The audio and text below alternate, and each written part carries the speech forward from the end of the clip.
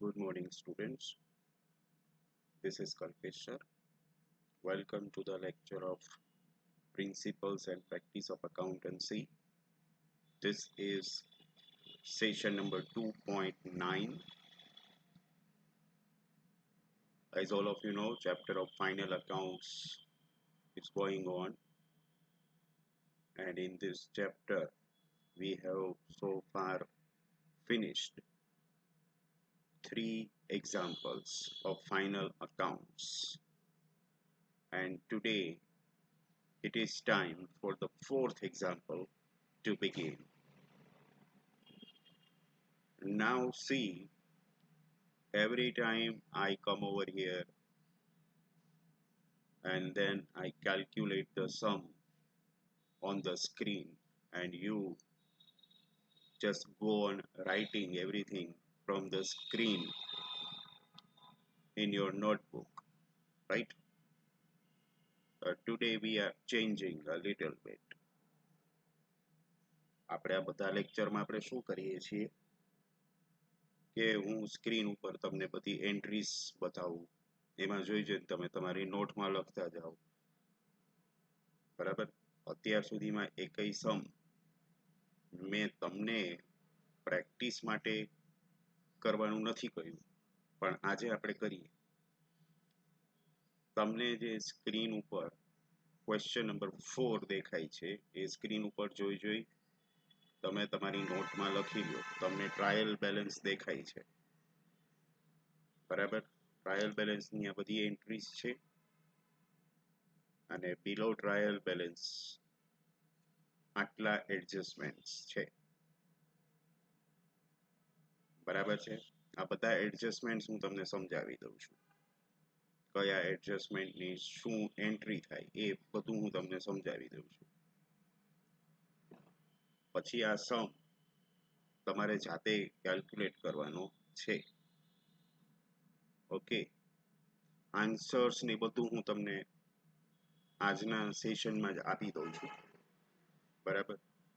તમે આખો સમ લખી લો સ્ક્રીન ઉપર જોઈને, કોની શું એન્ટ્રી આવશે એ પણ તમે લખી લો, પણ કરવાનો છે તમારી જાતે. એડજસ્ટમેન્ટ્સમાં તમે જોઈ લો તો પહેલો એડજસ્ટમેન્ટ તો ક્લોઝિંગ સ્ટોકનો જ છે, તો એની શું આવે એન્ટ્રી 2 એ તમને ખબર જ છે, રાઈટ? એટલે હું તમને સેકન્ડ એડજસ્ટમેન્ટ સમજાવું છું.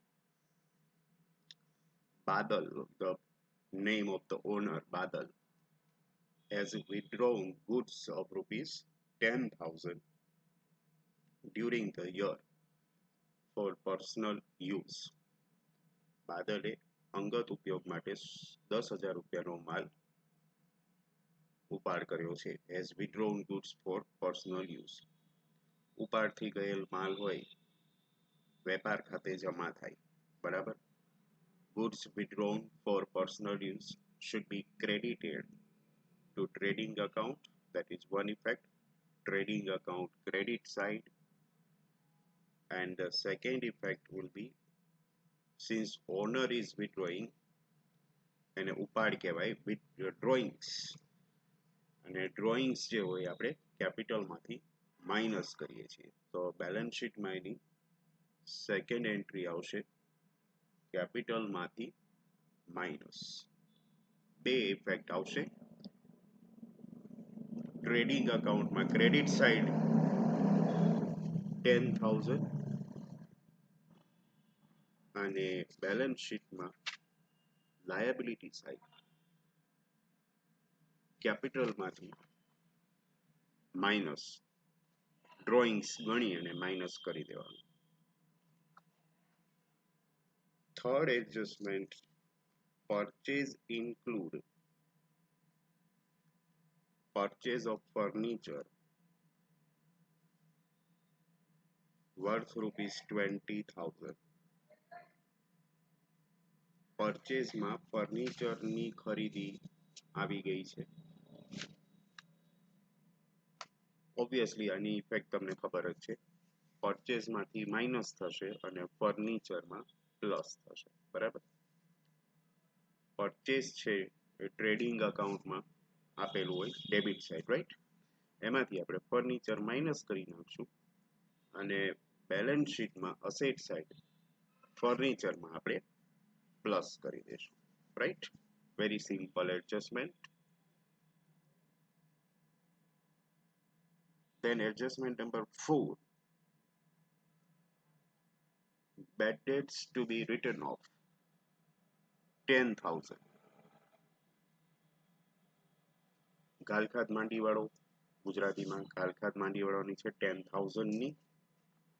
તમને ખબર જ છે ડેટર્સ એમાંથી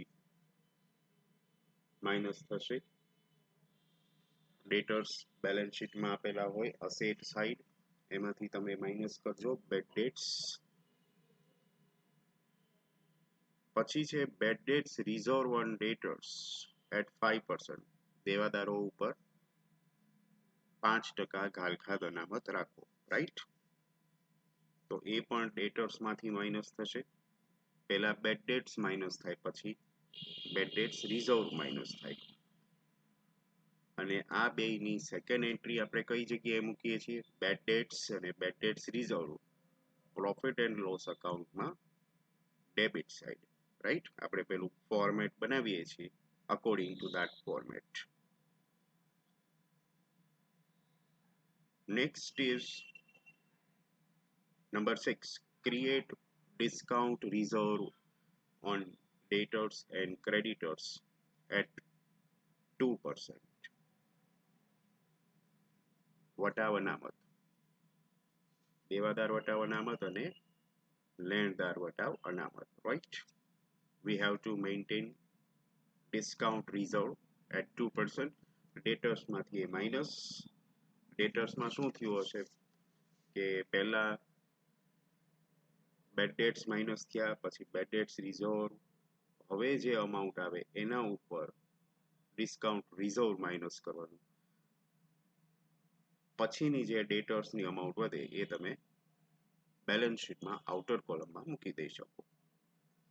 અને એવી જ રીતે ડેટર્સનું જે આ ડિસ્કાઉન્ટ રિઝર્વ છે P&L અકાઉન્ટમાં ડેબિટ સાઈડ આવે,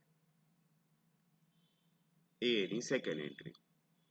જો ડેબિટ સાઈડ તમને ડિસ્કાઉન્ટ આપેલો જ હોય, P&L માં ડેબિટ સાઈડ ડિસ્કાઉન્ટ હોય તો એમાં પ્લસ કરી દેવાય, અને એમાં પ્લસ ન કરો તો અલગથી પણ તમે શો કરી શકો, બરાબર? કમ્પલસરી એમાં પ્લસ કરવું એવું નહીં. ન હોય ડિસ્કાઉન્ટ તો અલગથી મૂકી શકો, અને ડિસ્કાઉન્ટ આપેલો હોય તો એમાં પ્લસ કરીને મૂકી શકો, રાઈટ? એવી જ રીતે ક્રેડિટર્સ છે એના ઉપર પણ 2% ડિસ્કાઉન્ટ રિઝર્વ મેન્ટેન કરવાનો છે. તો ક્રેડિટર્સ જે છે એમાંથી માઇનસ કરીશું. ક્રેડિટર્સ બેલેન્સ શીટમાં લાયબિલિટી સાઈડ આપેલા હોય એમાંથી માઇનસ કરીશું, અને એ જે ડિસ્કાઉન્ટ છે એને આપણે ક્યાં મૂકીશું? પ્રોફિટ એન્ડ લોસ અકાઉન્ટમાં ક્રેડિટ સાઈડ. એમાંય આ જ રીતે કરવાનું. જો પ્રોફિટ એન્ડ લોસ અકાઉન્ટમાં ક્રેડિટ સાઈડ તમને ડિસ્કાઉન્ટ આપેલો જ હોય તો તમે એમાં એડ કરી શકો, and if not given, you can directly put it in the outer column. પછી આવે છે ફર્નિચર ઉપર ડેપ્રિસિએશન. એ તમને આવડે જ છે, બરાબર છે? ફર્નિચરમાં પરચેસ એડ કરી દીધું આપણે, પછી જે ટોટલ આવે એના ઉપર જ તમારે 10% ડેપ્રિસિએશન એ કરવાનું થશે, અને એ રીતે મોટર કાર ઉપર પણ ડેપ્રિસિએશન કાઉન્ટ કરવાનું થશે, રાઈટ? અને ડેપ્રિસિએશન માઇનસ કરી બાકીની અમાઉન્ટ તમે આઉટર કોલમમાં મૂકશો બેલેન્સ શીટમાં, રાઈટ?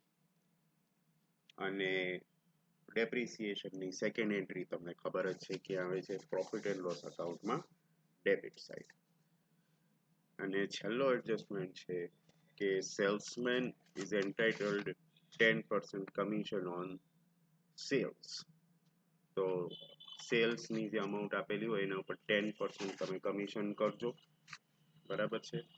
અને કમિશન જે છે પ્રોફિટ એન્ડ લોસ અકાઉન્ટમાં ડેબિટ સાઈડ આવે. ઓલરેડી તમને પ્રોફિટ એન્ડ લોસ અકાઉન્ટ માટે સેલ્સમેન્સ કમિશન આપેલું જ છે, એને ઇનર કોલમમાં રાખી જે કંઈ વધઘટ હોય એ પ્લસ કરી દેજો, બરાબર? ત્યાર પછી બધા એડજસ્ટમેન્ટ પૂરા થશે અને હવે હું તમને આ જે ક્વેશ્ચન છે બરાબર એના જે કંઈ પણ ઇમ્પોર્ટન્ટ આન્સર્સ છે એ આપી દઉં છું એ તમે ખાસ લખી લો અને એ પ્રમાણે તમારે બધા આન્સર્સ જે છે એ ટેલી કરવાના થાય છે જો ફર્સ્ટ આન્સર આવે છે bad debts reserve at 5%. Bad debts reserve at 5%, 9,500 આવશે. એવી રીતે discount reserve on debtors 3,610 આવે છે. Similarly, discount reserve on creditors 1,600 આવશે. Depreciation on furniture 6,400. આ બધા આન્સર તમારે રેડી થઈ જશે, don't worry. Depreciation on motor car 19,200 આવશે. ઓકે, અને one more answer, salesman's commission. Salesman નું કમિશન જે છે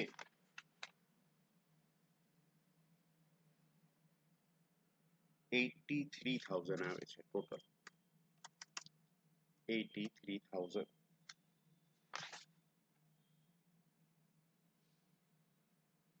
Sales 8,30,000 આપેલું છે, તો make 10% on 8,30,000, that will be 83,000, right? એટલે એ આવશે. પછી પ્રોફિટ એન્ડ લોસ અકાઉન્ટમાં ઓલરેડી કમિશન આવેલું જ હશે 70,000 નું, એમાં તમે એડ કરી દેજો અને એને ચૂકવવાનું બાકી કમિશન કહેવાય, બરાબર? ચૂકવવાનું બાકી કમિશન હોય એટલે એની સેકન્ડ એન્ટ્રી લાયબિલિટી સાઈડ આવશે. બેલેન્સ શીટમાં લાયબિલિટી સાઈડ આઉટસ્ટેન્ડિંગ કમિશન, બરાબર? એ રીતે સેકન્ડ એન્ટ્રી આપજો. એટલે તમને ઓલરેડી પ્રોફિટ એન્ડ લોસ અકાઉન્ટમાં 70,000 તો આપેલા જ છે, એટલે પ્લસ તો તમારે ખાલી 13,000 જ કરવાના રહેશે આઉટસ્ટેન્ડિંગ. એ રીતે હવે આના બેઝિસ ઉપર તમે ટ્રેડિંગ અકાઉન્ટ ક્લોઝ કરશો. ટ્રેડિંગ અકાઉન્ટ જે છે એમાં ગ્રોસ પ્રોફિટ આવશે 3,70,000 નો ગ્રોસ પ્રોફિટ આવશે. 3,70,000 એને તમે પ્રોફિટ એન્ડ લોસ અકાઉન્ટમાં ક્રેડિટ સાઈડ મૂકશો. પછી તમે profit and loss account close કરશો. પ્રોફિટ એન્ડ લોસ અકાઉન્ટમાં નેટ લોસ આવશે. આ વખતે ચોખ્ખી ખોટ આવશે 21,110. 21,110 નેટ લોસ. એને તમે બેલેન્સ શીટમાં લઈ જશો અને એને તમારે કેપિટલમાંથી માઇનસ કરવાનું થશે, બરાબર? એટલે બેલેન્સ શીટમાં કેપિટલમાંથી માઇનસ કરશો એટલે ક્લોઝિંગ કેપિટલ, એટલે જે કેપિટલનો ફાઇનલ આન્સર તમારે આઉટર કોલમમાં મૂકવાનો થાય લોસ માઇનસ કર્યા પછીનો, એ આવશે 5,38,090. Accordingly, total of balance sheet નો બે સાઈડનો ટોટલ તે સરખો જ આવશે 6,29,490. On both the sides, this total must be there. આ રીતે તમારે આ 10 આન્સર જે છે એ ટેલી કરીને દેવાના જ છે કમ્પલસરી. આ છે એ 10 આન્સર. આટલી સ્ક્રીન છે, આનો સ્ક્રીનશોટ લઈ લેજો. બરાબર, આનો સ્ક્રીનશોટ લઈ લેજો. બરાબર, પછી તમે જ્યારે બુકમાં સમ કેલ્ક્યુલેટ કરો ને ત્યારે આ જોતા જજો આન્સર્સ, અને બધા આન્સર ટેલી થઈ જ જવા જોઈએ. તો મેં બધા એડજસ્ટમેન્ટ તમને એક્સપ્લેન કરી દીધા છે already, so I don't think there will be any kind of problem. આ સમ તમારે જાતે કરવાનો છે ફાઇનલ અકાઉન્ટનો. તમને જાતે કરવા એટલે આપું છું કે તમે થોડાક ફાઇનલ અકાઉન્ટના સમની પ્રેક્ટિસ એ રીતે કરી શકો, right? So this one is your homework today.